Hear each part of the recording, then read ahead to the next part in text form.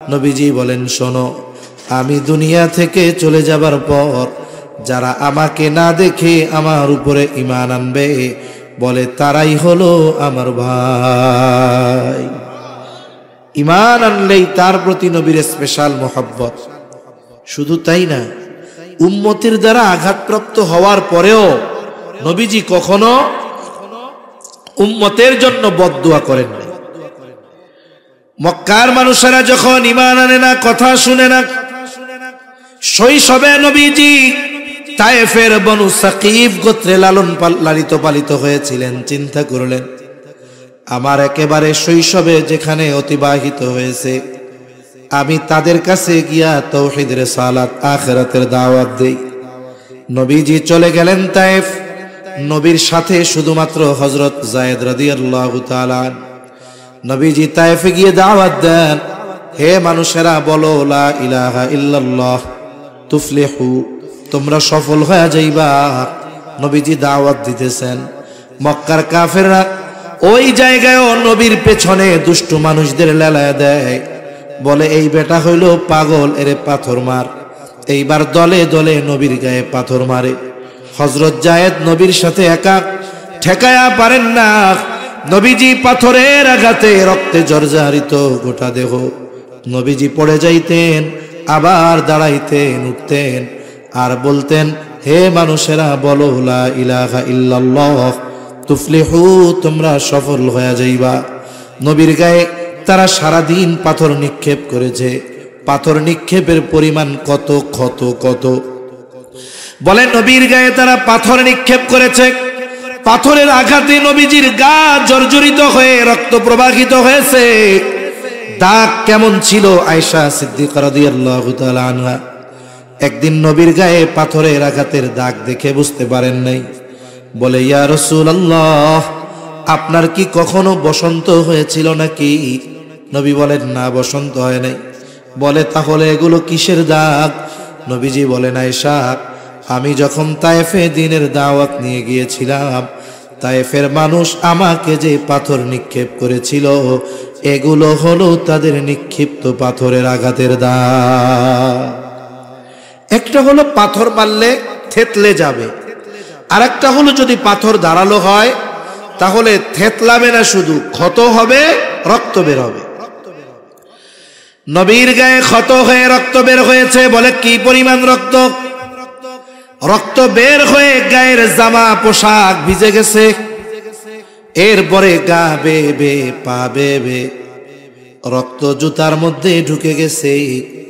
জুতার মধ্যে রক্ত শুকায়া পা জুতার সাথে আটকে গেছে। কি পরিমাণ রক্ত নবীর গা থেকে ঝরছে। মাঝে মধ্যে আমরা রক্তদান করি, ব্লাড ডোনেট করি, বড় সওয়াবের কাজ। এই যে অনেক সময় আমি দেখেছি, আমি অনেকবার পিজিতে রক্ত দিয়েছি, অন্যান্য জায়গায় দিয়েছি, দেখেছি একজনের রক্ত নিল 100 গ্রাম 150 গ্রাম, এরপরে 10 মিনিট শোয়া রাখছে, এরপরে পানি দিছে, বিস্কিট দিছে, খাইছে। এরপরেও যখন শোয়া থেকে উঠে দাঁড়ায়, হাঁটতে পারে না, কেমন যেন মাথা চক্কর দিয়ে পড়ে যায়। নবীর গা থেকে এই কথার আলোকে মনে হয় 100-150 গ্রাম নয়, বরং এর চাইতে বেশি রক্ত ঝরিয়েছে তারা। নবীজি পড়ন্ত বিকালে ক্লান্ত দেহ নিয়ে একটা খেজুর বাগানের পাশে নবীজি বিশ্রাম নিচ্ছেন। আঙ্গুর বাগানের পাশে বিশ্রামরত অবস্থায় জিবরাইল আলাইহিস সালাম চলে আসলেন। এসে বলে, ইয়া রাসূলুল্লাহ, আপনার সাথে এই কওম কেমন আচরণ করেছে আপনার মালিক দেখছে। আজকে আমি একা আসি নাই, আমার সাথে নতুন আর একজন ফেরেশতা পাঠানো হয়েছে, পাহাড়ের দায়িত্বে নিয়োজিত ফেরেশতা। নবীজি বলেন, ওই ফেরেশতা আমার কাছে আসলো, আমাকে সালাম দিয়ে বলে, এই কওম আপনার সাথে কেমন আচরণ করেছে আপনার মালিক দেখছে। আমাকে তিনি আপনার আদেশ পালনার্থে পাঠিয়েছে। আপনি যদি আমাকে নির্দেশ দেন, 2টা পাহাড় দিয়ে এদেরকে এমন ভাবে পিষে দেওয়া হবে, নিশ্চিহ্ন হয়ে যাবে, অস্তিত্বহীন হয়ে যাবে। এই জায়গায় যে একটা জনবসতি ছিল, তার কোনো অস্তিত্ব থাকবে না। আল্লাহ পাঠাইছে আমাকে আপনার আদেশ পালন করার জন্য। আপনি শুধু অর্ডার দেন, মুহূর্তের মধ্যে খালাস, নবী কি প্রতিশোধ পরায়ণ ছিলেন নাকি? নবীকে ব্যক্তিগতভাবে যদি কেউ কষ্ট দিত, ক্ষমা চাইলে নবীজি মাফ করে দিতেন। আমরা তো প্রতিশোধ পরায়ণ। বলে 20 বছর আগে কেউ যদি আমাকে একটা কথার দ্বারাও কষ্ট দিয়ে থাকে, 20 বছর পরে যদি আমার পাওয়ার হয়, ক্ষমতা হয়, ওই 20 বছর আগের ওই কথার প্রতিশোধ নিতে আমি উন্মুখ হয়ে থাকি। মনে রাখবেন, প্রতিশোধ পরায়ণ মানুষের অন্তরে কোনোদিন শান্তি আসে না। কিন্তু যারা ক্ষমার এই মহান গুণ অর্জন করতে পারে, এদের সম্পদ না থাকতে পারে কিন্তু শান্তি দিয়ে হৃদয় ভরপুর থাকে। আল্লাহ তাআলা এই ক্ষমার গুণ আমাদের দান করেন, বলি আমিন। আরে প্রতিশোধ সবাই কম বেশি নিতে পারে, ক্ষমা কয়জন করতে পারে? নবীজি আরাম করতেছিলেন, আরাম থেকে উঠে বসলেন। কেমন যেন ফিরিস্তাকে বলে, শোনো, তুমি তো আমাকে বলতেছ, আদেশ দেন 2 পাহাড় দিয়ে এদের পিষে দেই। কিন্তু এদের ব্যাপারে আমি আল্লাহ তাআলার কাছে কি আশা পোষণ করি জানো? আমি তো এদের ক্ষতি চাই না, আমি তো এদের ধ্বংস চাই না, বরং আমি আল্লাহর কাছে আশা করি, বাল আরজু আন ইয়াখরুজাল্লাহু মিন আসলাবিহিম মান ইয়াবুদুল্লাহ ওয়াহদাহু ওয়া লা ইউশরিকু বিহি শাইআ। নবীজি বলেন, আমি তো এদের ব্যাপারে আল্লাহ তাআলার কাছে এই আশা পোষণ করি যে এরা হয়তো বুঝতে পারে নাই, তাই আমার কথা মানে নাই, কিন্তু হয়তো আল্লাহ তাআলা এদের মধ্য থেকে এমন এক সম্প্রদায় বের করবে যারা এক আল্লাহর ইবাদত করবে, তার সাথে শিরিক করবে না।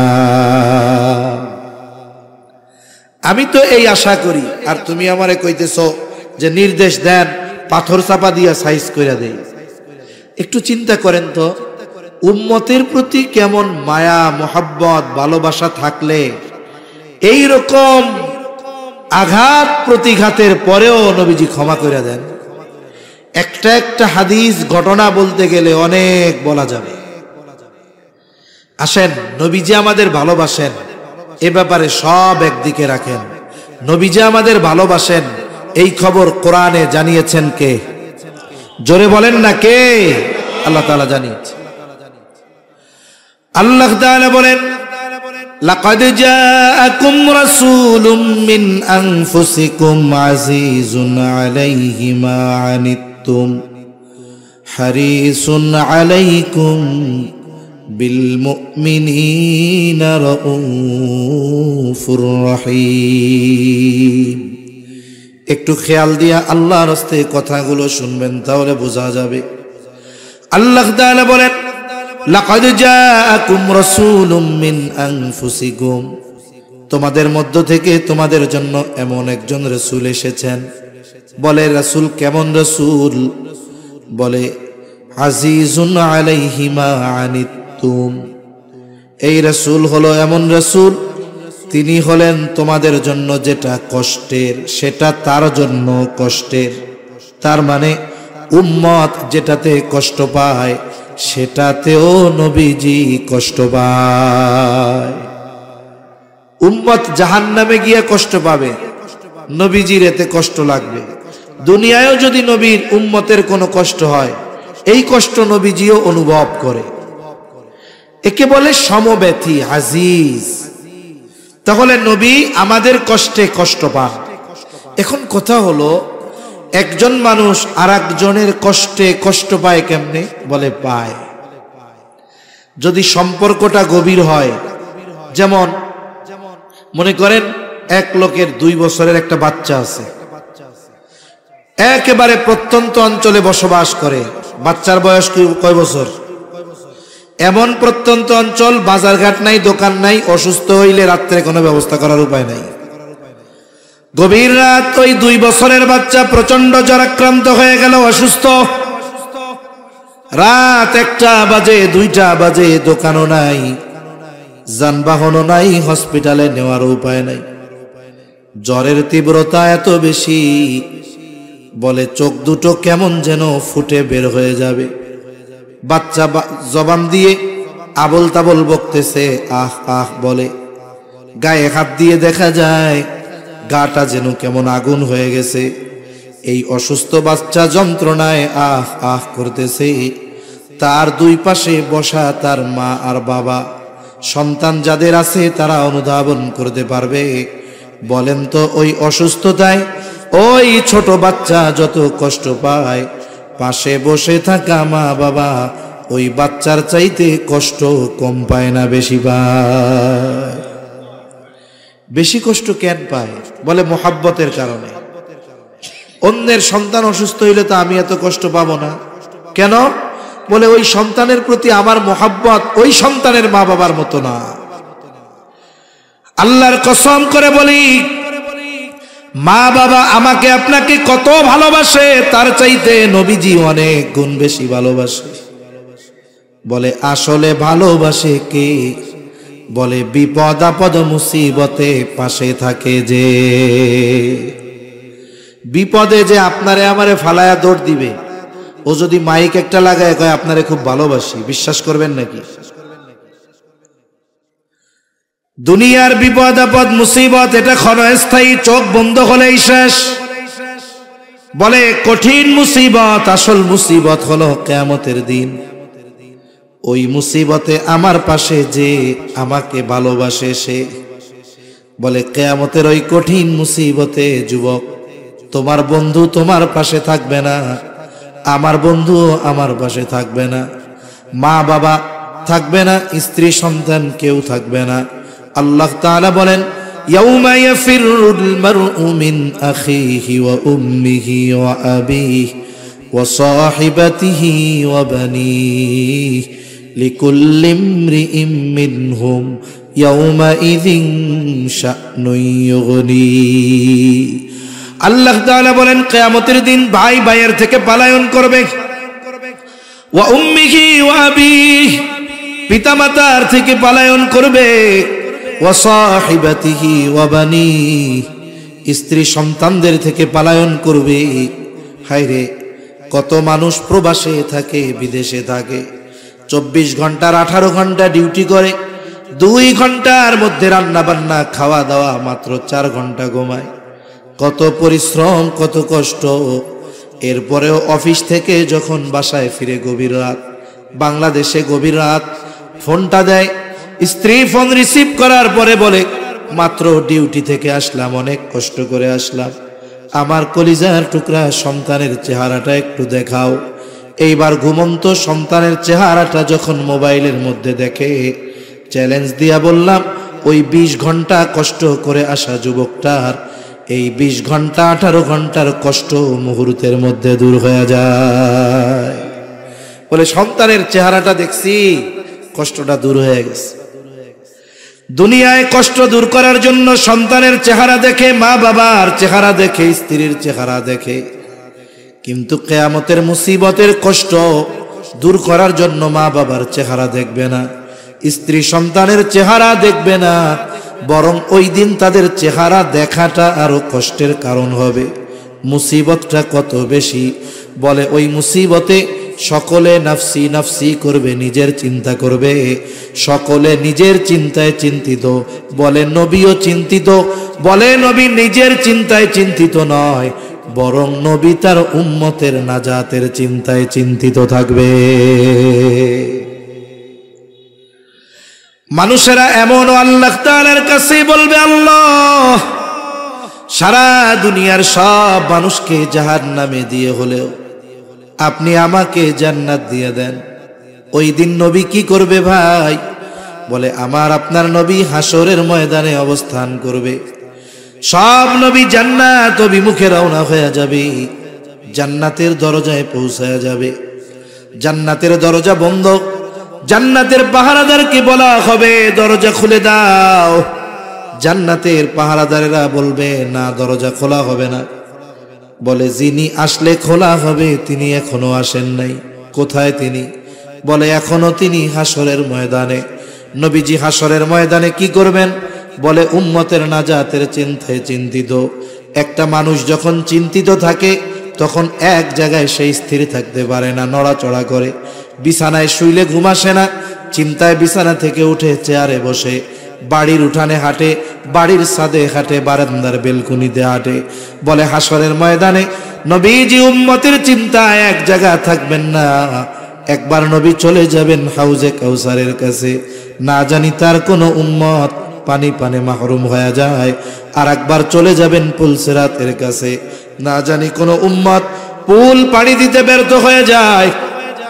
আর একবার নবী চলে যাবেন মিজানের কাছে, না জানি কোনো উম্মত ওজনে ধরা পড়ে যায়। আর একবার নবীজি চলে যাবেন জাহান্নামের দরওয়াজায়, না জানি কোনো উম্মতকে জাহান্নামে দিয়ে দেওয়া হয়। আবার যখন উম্মতের জন্য সুপারিশের প্রয়োজন, আল্লাহর দরবারে সেজদায় লুটিয়া পড়বে। বলে যতক্ষণ না নবীর ওই উম্মত যার অন্তরে যাররা পরিমাণ ঈমান হলেও ছিল, তার ব্যাপারে আল্লাহ তাআলার পক্ষ থেকে যতক্ষণ না জান্নাতের নিশ্চয়তা নবী পাবে, ততক্ষণ পর্যন্ত আমার আপনার নবী নিজে জান্নাত অভিমুখে রওনা হবে না। ওই দিন নবী আমাদের ভুলবে না। তাইলে বলেন, মা বাপ বেশি ভালোবাসে না নবী বেশি ভালোবাসে? জোরে বলেন, মা বাবা বেশি ভালোবাসে না নবীজি বেশি ভালোবাসে? সন্দেহ আছে? এই জন্য মোহাব্বতের কারণে যেমন সন্তান অসুস্থ হইলে মা বাপ কষ্ট পায়, অনুরূপ উম্মতের প্রতি নবী মোহাব্বতের কারণে উম্মতের কষ্টে নবী কষ্ট পায়। এরপরে আল্লাহ তাআলা বলেন, এই নবী হলেন এমন নবী, হারিসুন আলাইকুম, তোমাদের জন্য কল্যাণকামী নবী। সব সময় উম্মতের কল্যাণের কথা চিন্তা করতেন। হাদিসের মধ্যে আসছে, নবীজি বলেন আল্লাহ তাআলা সব নবীকে উম্মতের ব্যাপারে একটা বিশেষ দোয়া করার অনুমতি দিয়েছে এবং ওই দোয়া কবুলের প্রতিশ্রুতি আল্লাহ তাআলা দিয়েছেন। নবী বলেন সব নবী তার উম্মতের ব্যাপারে ওই দোয়া দুনিয়ায় করে ফেলছে, আমি ওই দোয়াটাকে সংরক্ষণ করে রাখছি। বলে কিয়ামতের দিন আমার উম্মতের জন্য সুপারিশ হিসাবে ওই দোয়া আমি আল্লাহর কাছে করব। কারণ এই দোয়াটা দুনিয়ায় করার চাইতে আখিরাতে করলে আমার উম্মতের জন্য বেশি কল্যাণকর হবে। এজন্য নবী ওই দোয়া আখিরাতের জন্য জমায় রাখছেন। তাহলে নবীজি উম্মতের ব্যথায় ব্যথিত হন, সাথে সাথে নবীজি উম্মতের জন্য কল্যাণকামী। এটা সব উম্মতের জন্য, সে হোক কাফের হোক সে মুমিন। কারণ নবীজির নবুয়তির পরে কিয়ামত পর্যন্ত যত মানুষ আসবে, মুমিন হোক আর কাফের হোক, সব নবীজির উম্মত, ঠিক কিনা? তবে শুরুতে একটা আয়াত বলছিলাম, আয়াতের অংশ, লাকাদ মান্নাল্লাহু আলাল মুমিনিন, মুমিনদের জন্য নবী হলেন বিশেষ অনুগ্রহ। এই জন্য মুমিনদের প্রতি নবীজির ভালোবাসাটাও একটু স্পেশাল। এ ভালোবাসা কত আল্লাহ তাআলা বলেন, বিল মুমিনিনা রাউফুর রহিম। আল্লাহ তাআলা বলেন এই নবী হলেন এমন নবী যিনি তার মুমিন উম্মতদের জন্য রাউফুর রহিম। রাউফ হলো আল্লাহ তাআলার একটা গুণবাচক নাম, রহিম আল্লাহ তাআলার গুণবাচক নাম। অর্থ হলো অতি সদয়, পরম দয়ালু। কে জোরে বলেন? দুনিয়ার কোনো মানুষ রাউফুর রহিম হতে পারে না, দুনিয়ার কোনো মানুষ রাউফুর রহিম হতে পারে না। বলে আল্লাহ তাআলার যত গুণ আছে এগুলোর একমাত্র অধিকারী আল্লাহ। কিন্তু অনেক সময় বাংলাদেশের মধ্যে অনেক পীরের নামের আগে লকবে আমরা দেখেছি এমন এমন শব্দ ব্যবহার করে যেই শব্দের একমাত্র হকদার হলেন আল্লাহ। এখন মনে করেন কথার কথা, কেউ যদি কয় আমার পীর হইল রাউফুর রহিম, তার মানে ও আল্লাহর সিফত পীরের সাথে লাগায়া দিল। এখন এই কথা যদিও বিশ্বাস করে ও বেঈমান, কোনো সন্দেহ আছে? এজন্য মনে রাখবেন, অনেক নামাজি মানুষ না জানার কারণে শিরিক করতেছে, বেঈমান। অনেক মানুষ বিশ্বাসগত কারণে বেঈমান হয়ে বসে আছে। এ মানুষগুলো বোঝে না, বুঝাইতে চাইলেও অনেক সময় মনে করে এই হুজুররা আমাকে দুশ্মন, এরা খারাপ লোক, ভালো মানুষ না। তাহলে রাউফুর রহিম একমাত্র কে? দুনিয়ার কোন সৃষ্টি রাউফুর রহিম হতে পারে না। তবে আল্লাহ যদি কাউকে তার কোনো গুণবাচক শব্দ দিয়ে সম্বোধন করেন তাতে কোনো অসুবিধা নাই। এখন নবী তার মুমিন উম্মতদের কত ভালোবাসেন এটা বোঝাতে গিয়ে আল্লাহ তাআলা তার গুণবাচক শব্দ, এই শব্দ দুটি নবীজির শানে ব্যবহার করেছেন। সুবহানাল্লাহ বলেন। কেমন যেন আল্লাহ তাআলা বলেন, এই নবী হলেন এমন নবী যিনি তার মুমিন উম্মতদের জন্য রউফুর রহিম, অতি সদয় পরম দয়ালু। একটু যদি কথাটা দিল দিয়া বুঝতে পারেন তাহলে অনুধাবন করতে পারবেন যে আমার আপনার নবী আমাকে আপনাকে কত ভালোবাসে। আল্লাহ কি বলে? বলে এই নবী তার মুমিন উম্মতদের জন্য অতি সদয় পরম দয়ালু। যেই নবী আমাদের এত ভালোবাসে সেই নবীকে ভালোবাসার দরকার আছে না নাই? নবীরে ভালোবাসতে রাজি আছি আমরা? কেমন ভালোবাসতে হবে? নবীকে ভালোবাসতে হবে জীবনের চাইতেও বেশি। হযরত ওমর রাদিয়াল্লাহু তাআলা আনহু নবীজিকে বলেন, ইয়া রাসূলুল্লাহ, আমি আমার জীবনের পরে সবচাইতে বেশি আপনাকে ভালোবাসি। নবীজি বলেন, ওমর হয় নাই। একটু পরেই ওমর বলে, ইয়া রাসূলুল্লাহ, এই মুহূর্ত থেকে আমি আপনাকে আমার জীবনের চাইতেও বেশি ভালোবাসি।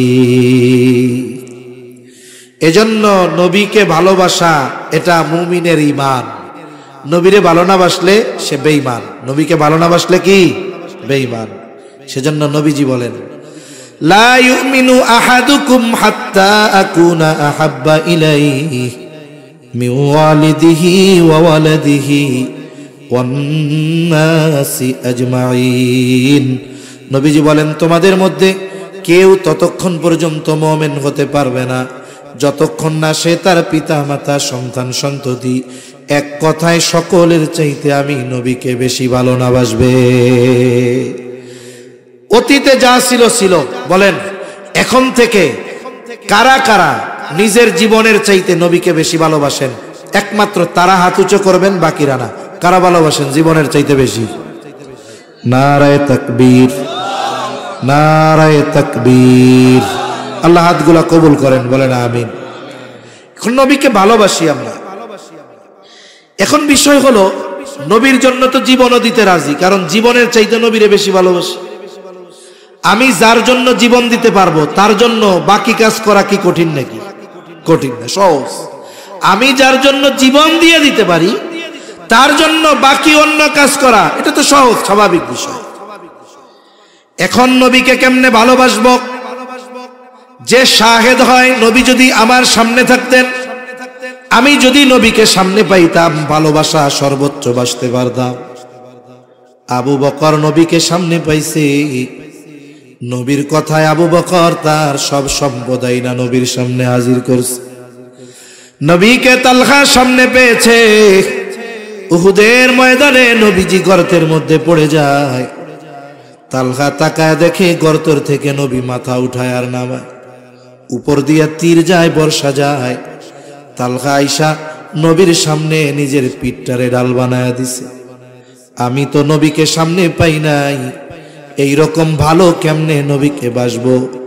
নবী জানেন আমার উম্মত আমাকে ভালোবাসা নিয়ে চিন্তিত থাকবে, এই জন্য কিভাবে কোন পদ্ধতিতে নবীকে ভালোবাসা হবে সেই পদ্ধতির খবর নবী নিজে জানায় দিয়েছে। নবীকে ভালোবাসার প্রথম পদ্ধতি বলে, মান আহাব্বা সুন্নতি ফাকাদ আহাব্বানি ওয়া মান আহাব্বানি কানা মাই ফিল জান্নাহ। নবী বলেন, যে আমার সুন্নতকে ভালোবাসলো সে আমাকে ভালোবাসলো, আর আমাকে যে ভালোবাসবে সে আমার সাথে জান্নাতে অবস্থান করবে। নবীর সাথে জান্নাতে থাকতে পারা এটা সৌভাগ্যের ব্যাপার। সাহাবা একরামের কাছে নবীর সাথে জান্নাতে থাকতে পারার সংবাদ ছিল সবচাইতে আনন্দের সংবাদ। আনাস রাদিয়াল্লাহু তাআলা আনহু বলেন যে এক সাহাবী, গ্রাম্য সাহাবী আসছে, নবীজিরে জিজ্ঞাসা করছে কিয়ামত কখন হবে। লম্বা হাদিস সংক্ষেপে বলতেছি, নবীজি তারে পাল্টা জিজ্ঞাসা করছে মা আদাত্তা লাহা, এই তুমি কিয়ামতের জন্য কি পাথেয় সংগ্রহ করছো? লোকটা বলে, আমি আল্লাহ এবং তার রাসূলকে ভালোবাসি। নবীজি বললেন, আল মারউ মা মান আহাব্বা, বলে যে যাকে মোহাব্বত করে তার সাথে অবস্থান করবে, তার মানে জান্নাতে তার সাথে সে থাকবে। এই কথা বলার পর লোকটা বাড়ির দিকে চলে যায়। হযরত আনাস রাদিয়াল্লাহু তাআলা আনহু বলেন, নবীজির মুখে যখন শুনলাম তার সাথে জান্নাতে থাকতে পারবো, কারণ আমরা সবচাইতে বেশি ভালো নবীকে বাসি। হযরত আনাস রাদিয়াল্লাহু তাআলা আনহু বলেন, ইসলাম গ্রহণের পর আর কোনো কথা শুনে আমরা এতটা খুশি হই নাই যতটা খুশি নবীর সাথে থাকতে পারবো এই কথা শুনে আমরা হয়েছি। এত খুশি ইসলাম গ্রহণের পরে আর কোনো কথাই হই নাই। আমরাও নবীর সাথে জান্নাতে থাকতে পারবো নবীর সুন্নতকে মোহাব্বত করলে। মনে করেন এক কোম্পানি আপনারে অফার দিছে। অফার কি? বলে আমাদের পণ্য কিনে লটারি জিতুন। লটারিতে কি পুরস্কার? বলে পুরস্কার হলো সৌদি আরবের ওয়াচ টাওয়ারটা আছে, ওই ঘড়িয়ালা বিশাল বিল্ডিং, ক্লক টাওয়ারে একেবারে কাবা ভিউ, যেখানে আপনার রুম হবে ওইখান থেকে কাবা দেখা যাবে। আপনার সুযোগ, থাকার সুযোগ 5 দিন 5 রাত, সাথে সাথে আপনার বিমানের টিকিটও দেওয়া হবে। এই দুইটা অফার, বিমানের টিকিট আর হোটেলে থাকার সব ব্যবস্থাপনা। অফার তো পাইছেন, এখন আপনার পাসপোর্টও নাই, ভিসাও নাই, অফার ভোগ করার সুযোগ আছে। নবীর সাথে জান্নাতে থাকার অফার আছে, তবে জান্নাতে আগে যাইতে হবে। আপনাকে আগে মক্কায় পৌঁছাইতে হবে, এরপরেই না আপনি 5 স্টার হোটেলটায় থাকবেন। পৌঁছানোর জন্য ভিসা নাই, পাসপোর্ট নাই, কাজ হবে না। এখন বলে আমি আপনি যদি নবীর সাথে থাকতে চাই জান্নাতে যাওয়া লাগবে। বলে জান্নাতে কেমনে যাব? নবীজি বলেন, কুল্লু উম্মতি ইয়াদখুলুনাল জান্নাতা ইল্লা মান আবা। নবীজি বলেন, আমার সব উম্মত জান্নাতে প্রবেশ করবে, আবা উম্মত ছাড়া। কে আবা উম্মত? নবীজি বলেন, মান আতাআনি দাখালাল জান্নাহ ওয়া মান আসানি ফাকাদ আবা। নবীজি বলেন, আমার আনুগত্য যে করবে সে জান্নাতে প্রবেশ করবে, আর জান্নাতে যে প্রবেশ করবে সে তো জান্নাতে আমার সাথে থাকবে, আর যে আমার আনুগত্য করবে না, আবা উম্মত, সে জান্নাতেও যেতে পারবে না। তাহলে দুই হাদিসের সমন্বয় কি হয়? বলেন নবীর সুন্নাতকে মোহাব্বতের সাথে অনুসরণ করলে জান্নাতে যাওয়া যায়, নবীর সাথেও থাকা যায়। নবীর সুন্নাত অনুসরণও করতে হবে, মোহাব্বতও করতে হবে, তবেই নবীর সাথে জান্নাতে গিয়ে থাকা যাবে। একটু চিন্তা করে দেখেন, নবীর সাথে জান্নাতে থাকার অফার, আবার দেখেন নবীর অনুসরণের মাধ্যমে আল্লাহর ভালোবাসা পাওয়া যায়। নবীর অনুসরণ করলে শুধু জান্নাতে থাকা যাবে তা নয়, বলে নবীর অনুসরণ যেই ব্যক্তি করে তাকে ভালোবাসে কে? আল্লাহ তাআলা বলেন, কুল ইন কুনতুম তুহিব্বুনাল্লাহা ফাত্তাবিউনি ইউহিব্বুকুমুল্লাহ। আল্লাহ তাআলা বলেন, হাবিব আপনি বলেন, তোমরা যদি আল্লাহকে ভালোবাসতে চাও, আমরা আল্লাহকে ভালোবাসতে চাই, কারণ ইমানদার আল্লাহকে ভালোবাসতে চায়। এখন কেমনে ভালোবাসবো? আল্লাহ বলেন, হাবিব আপনি বইলা দেন, তোমরা যদি আল্লাহকে ভালোবাসতে চাও, ফাত্তাবিউনি, আমার অনুসরণ করো। আমার অনুসরণ করলে আল্লাহকে ভালোবাসা হয়ে যাবে। আর আমার অনুসরণ যদি করো, তোমার আল্লাহকে ভালোবাসা নিয়ে চিন্তা করা লাগবে না। আল্লাহ বলেন, হাবিব আপনি বলে দেন, ইউহিব্বুকুমুল্লাহ, নবীর অনুসরণ যারা করবে, আল্লাহ বলেন আল্লাহ তাআলা তাদের ভালোবাসবে। আল্লাহ ভালোবাসলে লাভ কি? নবীর অনুসরণ করলে কার ভালোবাসা পাওয়া যায়? জোরে বলেন কার? এমনি আল্লাহ ভালোবাসলে লাভ আছে না? হাদিসের মধ্যে আসছে, নবীজি বলেন, আল্লাহ তাআলা যখন কাউকে ভালোবাসে, জিবরাইল আলাইহিস সালামকে ডাক দিয়ে বলে, জিবরাইল, আমি দুনিয়ার অমুক বান্দাকে ভালোবাসি, তুমিও তারে ভালোবাসো। এইবার জিবরাইল আলাইহিস সালাম তাকে ভালোবাসতে শুরু করে। শুধু তাই না, আসমানের মধ্যে এসে ঘোষণা করে দেয়, ও আসমানের বাসিন্দারা, দুনিয়ার অমক ব্যক্তিকে আল্লাহ ভালোবাসে, আমিও ভালোবাসি, তোমরাও ভালোবাসো। এইবার আসমানের বাসিন্দারা তাকে ভালোবাসতে শুরু করে।